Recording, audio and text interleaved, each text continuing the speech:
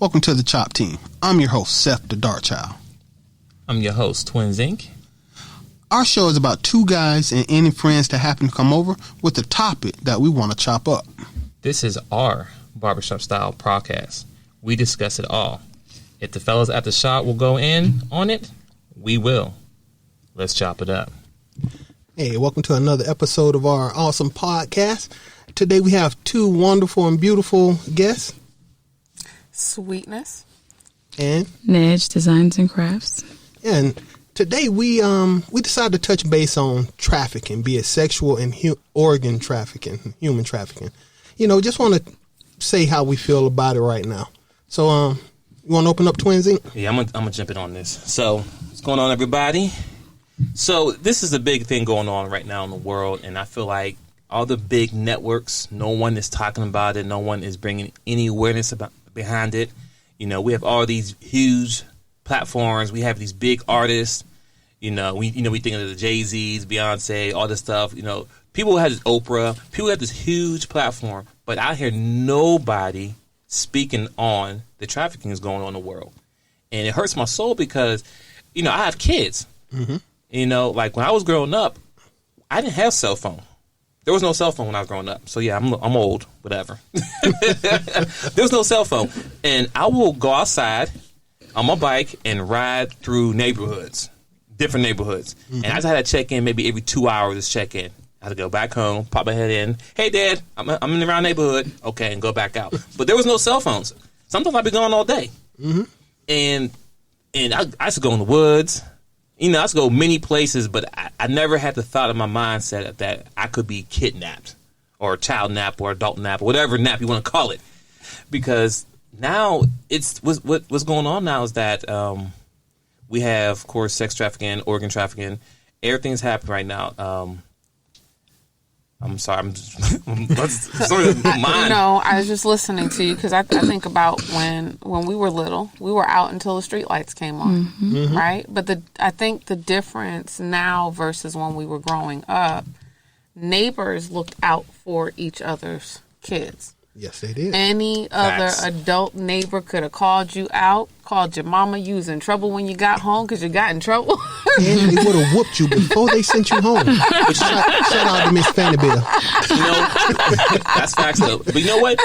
Here's what changed from stop that. You think about what changed?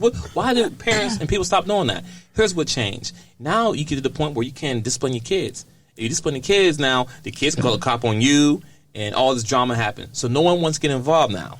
You understand what I'm saying? Mm-hmm. Yeah, but I think neighborhoods have changed. And that neighborhood mentality have changed, right? Mm-hmm. When's the last time you've lived in a neighborhood that you've known all your neighbors? None. Mm-hmm. Right now, I don't know my neighbors. Dude across... Can't even remember a time. I'm pretty sure the dude across the street from you know me because he stalked me every time I come over.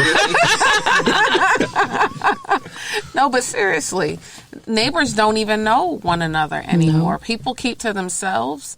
I think technology is a big part of that. We are more, and self-sufficient isn't the word because I don't think that we are necessarily more self-sufficient as people. I think we're more engulfed and tech dependent. Yes, and very introverted. I think technology has made us more introverted and less likely to speak or get to know our neighbors or the person down the street. So your kids can't be out. And you have a sense of comfort that if somebody went to go snatch them up, a neighbor's going to know he's your kid, right? Is going to go protect them and is going to call you. You know what I'm saying? So that community doesn't exist anymore. That's true, dude. Yeah, there's no community, and on top of that, too, you know, back in the day, if you move to a neighborhood, you can go to the next door neighbor, knock on the door. Right. Hi, I'm new to the neighborhood. Now, I don't want to knock on somebody's door. They might call the cops on me. Right.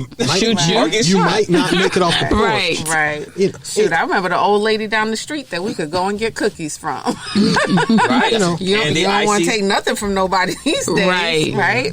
Shit, the trend changed. And I'm going to go ahead and tell my age with a little story. But, yeah, back in the day, what day? You know, I'm not going to say the exact day, but I'm going to say something in a minute and y'all like, no. Seriously, though. Yeah, I did that. I grew up in the projects.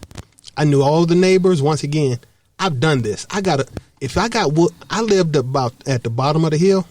If I did something at the top of the hill, it was a possibility I could get 3 whoopings before I got home. Because it's like they were like, hey, you need to beat his ass before you get to the house. And they would come out and get you. So, yeah, I knew everybody in my neighborhood. It wasn't until, hand on the Bible, Wayne Williams, the Atlanta child murders back in the day, that I actually had to start paying attention to my surroundings and the people in the neighborhood. And that was, but since then. Now, some people may not know. That's what Google's for.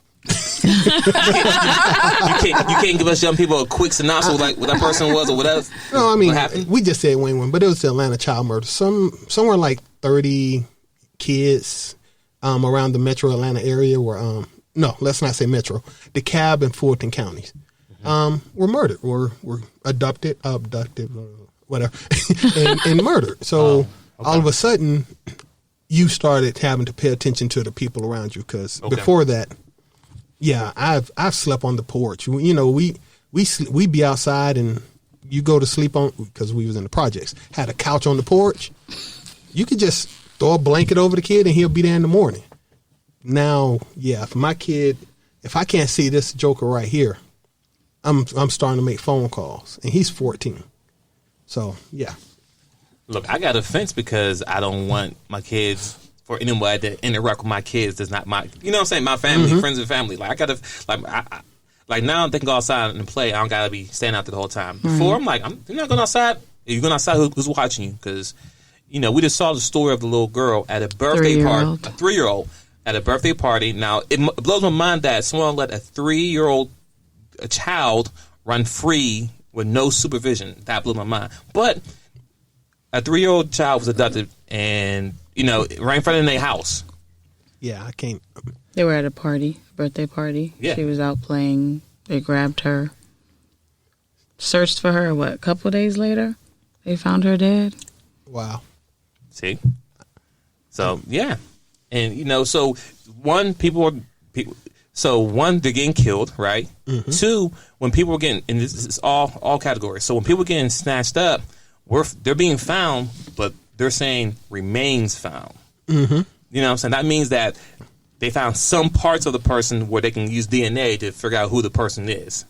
And then they go back in the labs and search it. Okay, this was the person, but they're not finding a full body. They're finding remains. So what's happened is that trafficking is a billion-dollar industry business. Mm-hmm. It's a business, people. Mm-hmm. So that's why you don't hear it on CNN, on the news, whatever, because the power of the people or people who are in charge are running this. Mm-hmm. Simple as that. It's no lies. It's just all facts. We have Marines, we have cops, we have church people. All the people that we're supposed to go to for safety and support are the ones is part of these sex trafficking rings or all these rings. And now they even add more insult to it. Most of the people being targeted is African American people. Mm-hmm. That's the biggest problem that I have. I mean, everyone's getting snatched up, but it's now African American people. Young kids, women, all, and no one cares about the black race. Not at all. Yeah, black lives do matter. Facts. Just saying. Let me just read this right quick. It's off Wikipedia, but it's just a little snippet. It says criminal networks increasingly engage in kidnapping, especially of children and teenagers who are taken to locations with medical equipment. There they are murdered and their organs are harvested for the illegal organ trade. Poverty and loopholes in legislation contribute to the illegal trade of organs. Some of the people who have been prosecuted include criminal gangs, hospitals, and third-party organ brokers. See, this isn't criminal gangs. This isn't just one person. This isn't John Wayne Gacy murdering people. This isn't Jeffrey Dahmer murdering people. This is a business. Yeah, and that when you think about it, it is the poor and disenfranchised that are at risk because these organs aren't inexpensive. It's people with money. A kidney is worth $160K. Right. Wow. So can you imagine the type of money you have to be able to A, purchase the organ on the black market, mm-hmm. B, be able to pay the doctors and the nurses and an institution that will allow you to bring an illegal organ that hasn't come from the donor registry and the donor list and through that chain for you to be able to have the surgeries that you need in order to have a transplant. I just want to say, just think about, like you said, the number of people who have to look the other way to bring an illegal organ into a hospital. A lot of people had to sign off on it because you got to make sure that person's a DNA match. Facts. So labs had to get into it. All your nurses, specialists, everyone had to sign off on that. I'm sorry to interrupt. Keep going. Oh no, you're exactly right. So it takes money. It's people with money who need organs that are creating this trade, right? Yeah. And it's those who don't have money and that are disenfranchised that are at risk. Meaning us, black people, us. Right. I'm black, by the way. You can't see me, but I'm black. His name is black people, illegal immigrants. You can throw illegal immigrants into that mix as well, because we were talking about earlier how what was it? Some Marines or somebody at the Mexican in California border between Mexico and the U.S. that got caught with smuggling people across the border for human trafficking. So you think you go snatch somebody up from Mexico, go snatch up somebody's kid from, down there, or somebody who's trying to get to the U.S. because they think they're going to get a better life here, that are susceptible to being snatched up, right? Yeah, and trying to cross our border. Right. So again, the disenfranchised and the poor are the most at risk. So the next question is, how do we protect ourselves? So, first, I would say this, and I tell my kids, always pay attention to your surrounding. Always knowing what's going on around you. It's okay to run around and have fun, but still know what's happening. If you see something looks weird, you want to keep an eye on that. Like, and even as adults, people, in this day and age, everybody got a cell phone. Everybody's walking around with their head down and their cell phone, not paying attention. Meanwhile, someone following you the whole time for 20 minutes at the grocery store, but you got your head down looking. Like, I pay attention to stuff. I look and see who's walking around, and I stop and look right in your face. Like, you okay? You good? Like, this is your life, people. No one comes back. Simple as that. Like, you need to know what's going on around you.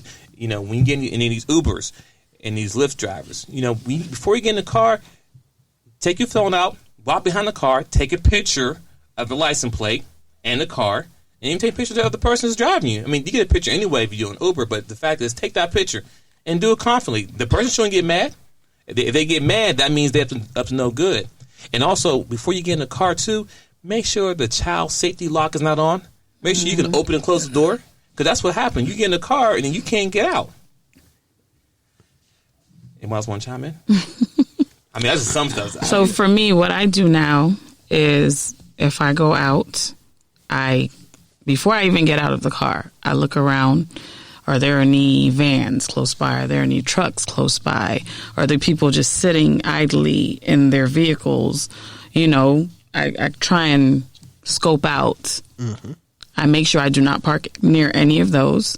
My hand is always on my panic button for my car.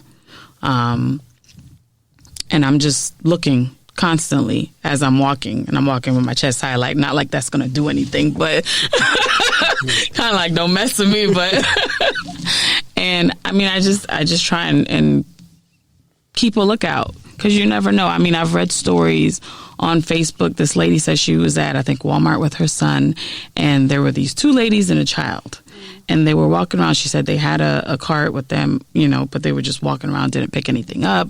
They kind of followed her a little bit. Her son was with her, I think a 7-year-old. And like the child that was with them kept trying to lure him away. And she would see the little, the ladies kind of talking to him. So she, grabbed him and started walking around. And they were like really bold with it, following her. So she said she went to go outside. She got in the line to check out, because she was really trying to stay around a lot of people. And they got in her line, too. There was nothing in the buggy. So she went to somebody that worked at Walmart and said, hey, can you walk me to my vehicle? I think I'm being followed. I think she said she didn't think to call the cops at that point, because her main concern was, okay, I need to get my son out of here. And she said she got in her car and she started driving home. They jumped in the car and started following her. Really? So she said she had to go around a bit, and then she finally lost them. and was able to make it home. But she's like, you never think it's going to happen to you, so you're not really worried about it because you hear about it, but it's never happened to you or anybody that's close to you. So you're not really thinking, And it's crazy because I was talking to a girlfriend of mine who, the site I'm working at is like 5 miles from the hotel. And she's like, you don't need to be on the road. And I'm like, girl, please. She's like, you don't understand. She has been stopped by a fake police car before. Wow. Her brother was, I can't remember where they were going to or from, but the brother was reclined, sleeping in the passenger seat.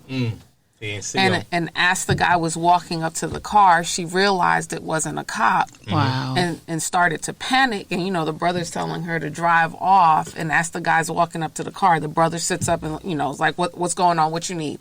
Right? And the dude took off and and she pulled off. So to even hear that, because she's saying to me, because I had to drive through cornfields to get between the site and the hotel. Right. Girl, you don't need to be on the road. Girl, I'm like just 5 minutes down the road. She's like, no, you just don't understand. You don't know who's out there lurking. Watching you. And watching, So, yeah. And I've got to say, I know I'm guilty of not always being completely cognizant of my surroundings and who's around me, get lost in my head sometimes, So one thing I do make sure I do is when I'm getting in a lift, I do verify that the car and the driver match what's on the app, and make sure I can see their app that shows me and they've got my destination and what have you. But yeah, it's crazy. It's crazy out here. Yeah. And go ahead.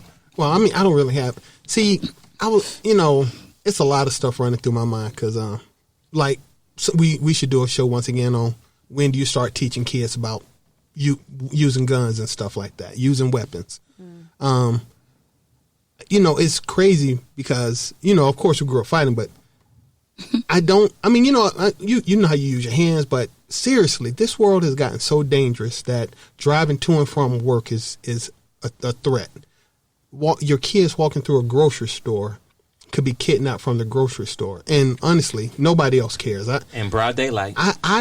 Personally, what grinds my gears, stole that from Family Guy, is the fact. What grinds your gears, Seth? What grinds my gears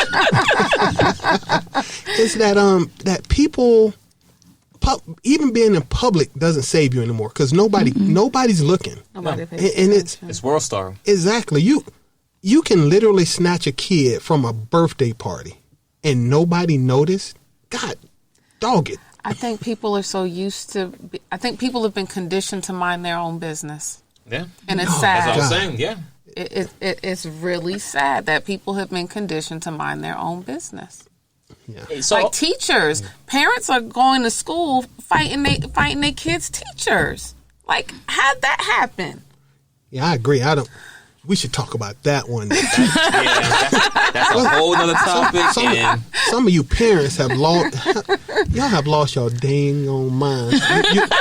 You're so overprotective that you talk other people into not protecting. Not looking out for your kids because you're such a jerk. They learn to mind their own business when they shouldn't. It's their job to watch your kids. Right. And you've taught them not to do that. All right, to roll you back in, so stay on topic here. So hold on. So, but when you was Nedge, when you was talking about the lady didn't think to call the cops, so there was a lady who called the cops, but the cops were really with no help. My thing is this: you got your cell phone, right? And for ladies, I know you have about 10 to 5 dudes trying to slide your DM, trying to holler at you. Well, I'm just saying. Look, listen. This is what I'm saying.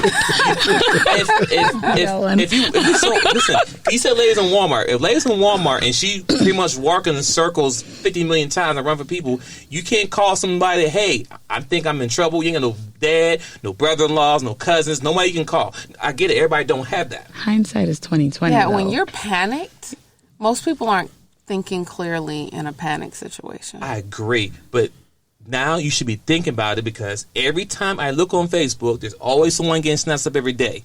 So honestly, I have my gun with me all the time. Only time I don't have with me is when I'm at work because I can't bring it in the building. But I don't leave my house without my gun. I'll leave my phone, but I'll have my gun with me. Because someone acts stupid, I will not be afraid to shoot and protect my family and me or whoever. So at this point now, as of today, you should not be like, you should have a backup plan. You should be ready. Okay, if this will happen, this is what I'm going to do. You should have in your phone, all right, speed dial, call this number, 911, whoever. Or even if you see a guy there in the store with you, say, hey, you never know. He may be with them, he may not be with them. But hey, can you walk me for a second? And if it's like a young guy, I say, hey, can you walk me for a minute? Sure. Hey, how you doing? Yeah, but shoot, you need to be careful of somebody stepping up to you asking you like that, because they could be luring you and trying to kidnap you. No, I get that. But I'm saying, like, the whole story with the Walmart, like, okay, right. Listen, if you want, if she felt that her life's in danger, here's what she could have did. Go into electronics, grab a TV, and run out the store front door. I guarantee. Oh my gosh! I guarantee. Listen. I guarantee she will be arrested. Listen, security will jump out in 2 seconds, though. I'm just saying. If you feel like but look how I'm just once again. If I thought about it for a second, I come up with something. But it's just disappointing to me for this one topic. Look at how far down you. This is America. This used to be the land of the brave, home of the free. Now, you as a woman are not safe unless you're prepared to kill somebody every time you go to Walmart. That's sad. I don't know how to take this personally. Yeah, and at this point now, like before, if my wife's going somewhere, I'm like, who's going with you? Like, I don't like going to the store, but she going by herself. Like, no, you're not going by yourself. Right, he actually went to the store with me the other day. What? So you going where by yourself? Oh, no, you're not. Hold on. I'll be right back, fellas. I'm coming with her. And you would like to say, man, you ain't got to be so controlling. She a grown. But then on the other hand, I do love her, so I'm a good. But yeah, fellas. I mean, honestly, fellas out there, if you have any female friends, wife, girl, cousins, whatever, if they're going somewhere and they're going by themselves, you need to go with them. Simple as that. And it's crazy because me too. Have you walked around? I'm sorry. You were saying something. Go ahead. Mm-hmm. It's crazy that it's crazy because being single, I've had to get to a place where I'm good doing things by myself. But I remember I was thinking about I wanted to go on a trip somewhere, and I actually paused. I was like, it's not even safe for me to plan a trip and go somewhere by myself anymore. It's not by yourself. No, anywhere you can't. It's ridiculous. You can't go to Cancun. You also can't go to Pound Mountain. Shoot, I wouldn't go to Miami by myself. You know what I'm saying? We got family, so you can call some people when you get there, though. But still, though. I know, but you get my point, right? If let's say you were driving from Atlanta to Savannah, seriously, you might go down I-16.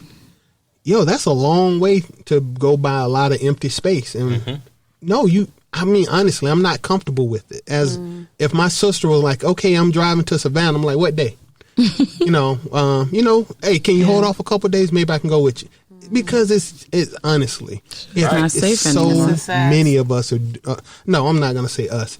So many of you guys, you women, are just disappearing, and it's getting. I ain't worried about myself. I don't carry a gun, but honestly, who's messing with a big black dude?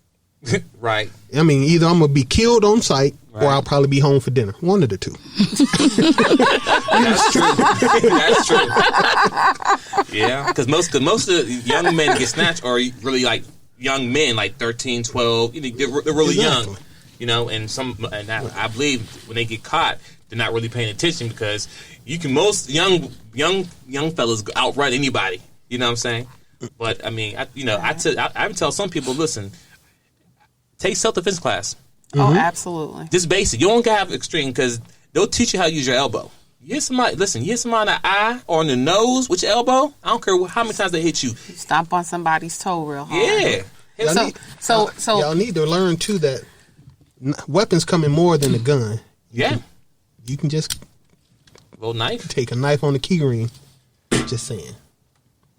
Okay. But also, I'm just saying. Now, Seth, the people can't see that over the podcast. I know, so they might have heard it, but they didn't see it. But you can carry more than a knife. But every time you walk out the door, you got to be prepared to defend yourself. Period. Yeah. I asked my wife, say, "Hey, You got pepper spray? You got All right, knife? Madge, You got I'm something? Need you to buy me some pepper spray and send it to my hotel. Some. You see, I got the Amazon cart full. Because I don't think I can fly with it. Right. So you like high risk because let's say you did have a gun, you can't take it with you. If you do, you got to spend a whole hour going through security, checking it in just right. Because don't be trying to rush and go through, because then you can go to jail. Right. You know, but one thing I say this though, you know, because you travel, you can always go to like a dollar store and get a little box cutter. You know, you go $1, put in your pocket, and then throw it away when you leave. Or give it to the homeless student from the Walmart or Home Depot. But whatever. I mean, I say throw it away. I don't know. I say throw it away because you don't want nobody trying to use it against you. Fingerprints. Thank you. Now give me your money. All right, homeless dude. That's messed up. I mean, That's true, they though. laborers, they do need, but you got a point. They got a point. So, once again, people, we this is our thoughts and our opinions on it, and you know, things that we thought about. And I'm just, like I said, my heart goes out to other families and loved ones who lost kids, wives, husbands, boyfriends, whatever case may be.